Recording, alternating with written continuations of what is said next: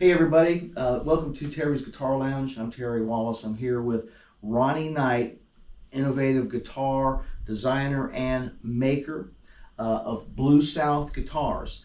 Probably one of the best guitars in the United States.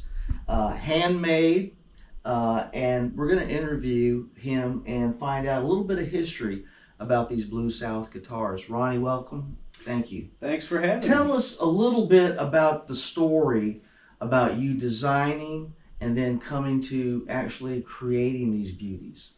Well, kind of where it started was I was working for a company who would pay for you to take business classes in the evening. And I was at a university in North Alabama, and I just kind of doodled a guitar, this guitar shape here, and also on the Clarksdale, on a break. And I thought, I had tried when I was 12 years old to build an instrument. And of course, I didn't really have any way of knowing how to do the woodworking. And my father was a salesperson and a businessman who never really did a lot with his hands. So I kind of had to learn how to do it on my own. But after doodling this shape, I thought, I think I want to see if I can build that. And so the first thing I had to do, Terry, was I had to look up the word saw. Because I really didn't know anything about woodworking and in particular luthiery, which is the term people use for kind of sort of the scholarly term for guitar building. So that's kind of how it started. I said, I just want to see if I can make an instrument like this. And as I got into it, I got deeper and deeper into it, and conceived of the idea of a company called BlueSouth Guitars. How did the name come about? That's the word. Those are two words, blues and south, with the S overlaid in the middle. And the concept has been to build instruments that sort of celebrate the musical heritage of the South, and that's why this is the Clarksdale model, named after Clarksdale, Mississippi, and then the Muscle Shoals model, which is named for Muscle Shoals, Alabama, and then the Macon model, which is named for the illustrious music history of Macon, Georgia. Southern rock and what have you, And all of them have the crossroad at the 12th fret because, in my mind, that's the heart of a lot of Robert Johnson, 61 and 49 highway.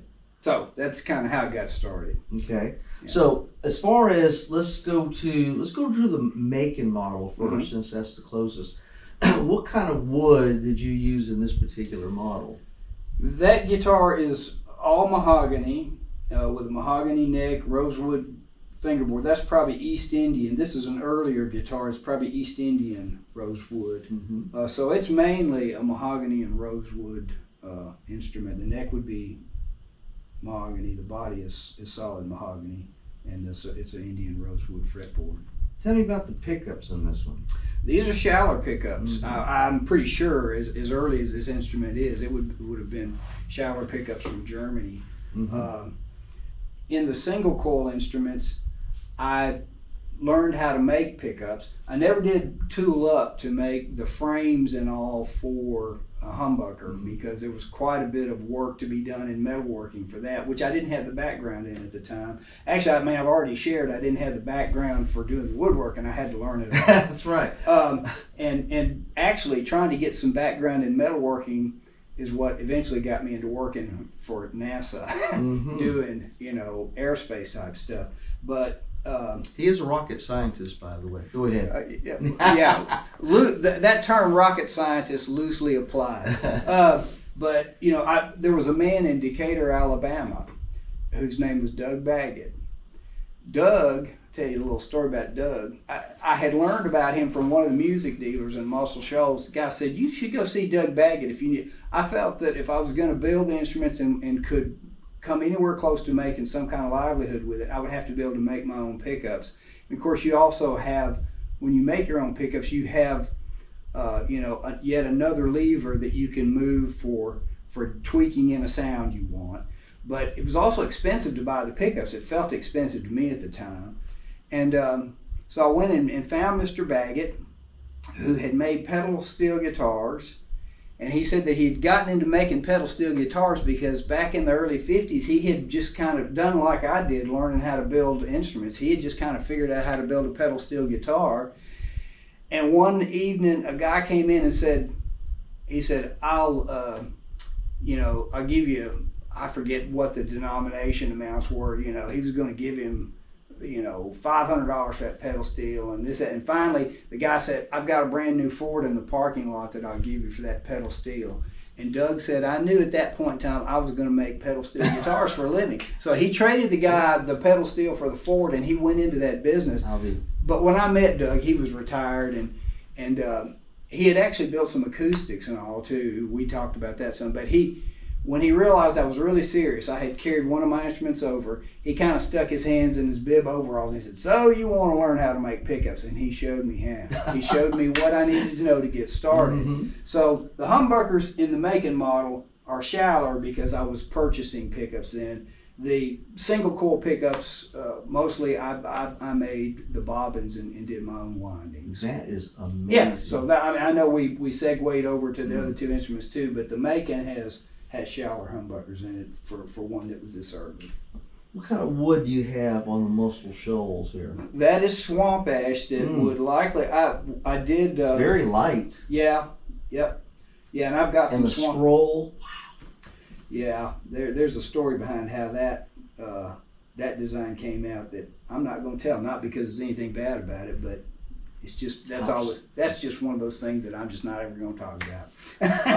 But that's swamp ash, and it will also have a mahogany neck with an Indian rosewood fretboard. A lot of the stuff I'm building now has, of the set neck designs, has Madagascar rosewood, which I had purchased from Luthier's Mercantile, which unfortunately has gone out of business, which is a tragedy for those of us who are building guitars, but it just goes to show, I think my impression is there are fewer younger people who are interested in these types of hands-on, woodworking and building. And maybe I'm wrong about that. I hope I am. But there seems to be a consolidation of the companies that supply Luthier's materials and tools. So they have this. A lot of them have import. They have to get special licensing for and what have you. Right.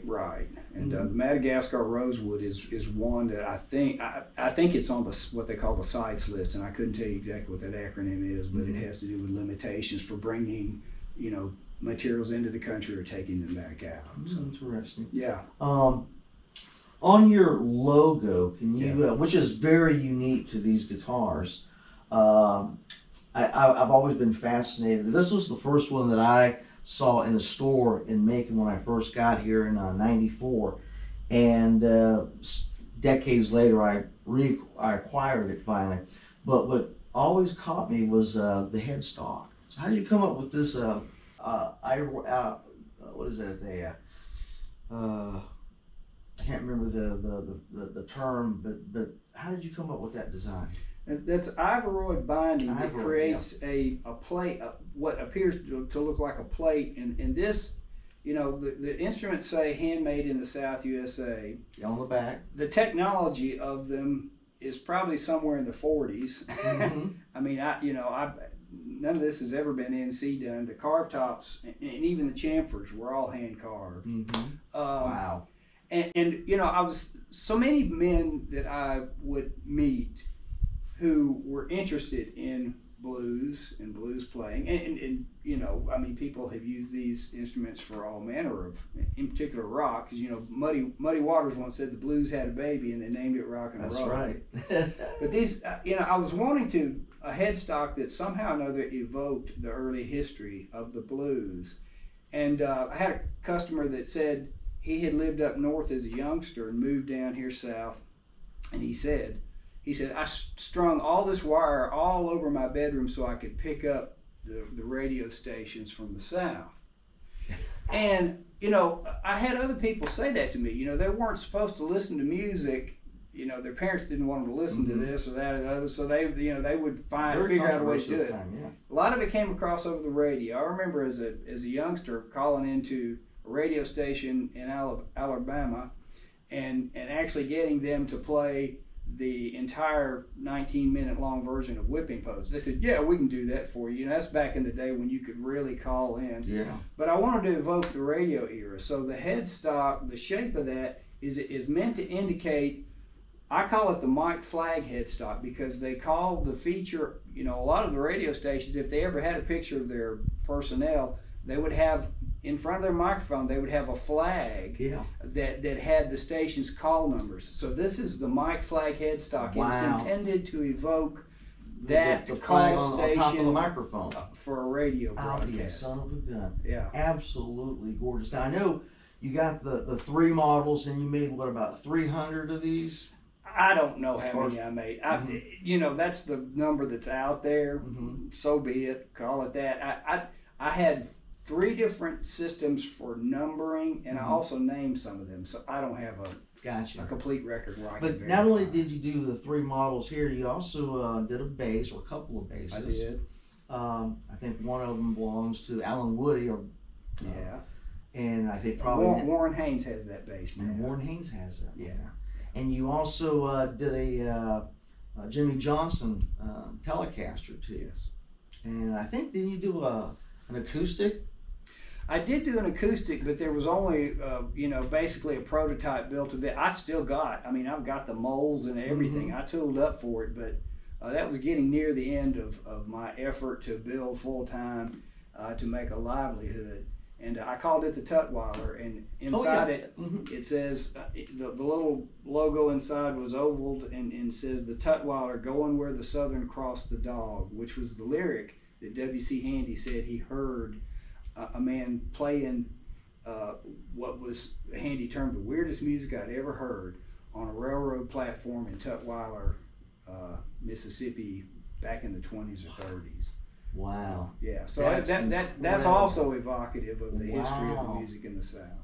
Well, I'll tell you what, these guitars to me, because they were very difficult to acquire, like most of us guitar players, we're always, searching for the holy grail of guitars.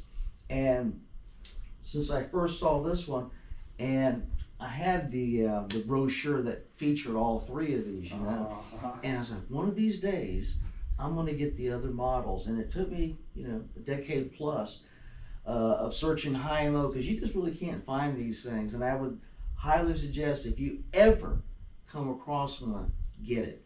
I guarantee you. Ronnie's just a super guitar maker, designer, innovator, and I wish him much more success in his endeavors with maybe coming out with some models that might be available to us guitar players. So it's been a pleasure having you here in my studio, and I hope everybody enjoyed meeting Ronnie and looking at these beautiful handmade instruments. I appreciate you collecting them up, Terry. You've got a better collection than I do. Whenever I'd get one done, they were out the door. So it's a joy to see these here today, and a joy to talk to you. Thank you, Ronnie. God bless you, my friend. God bless you too. All right.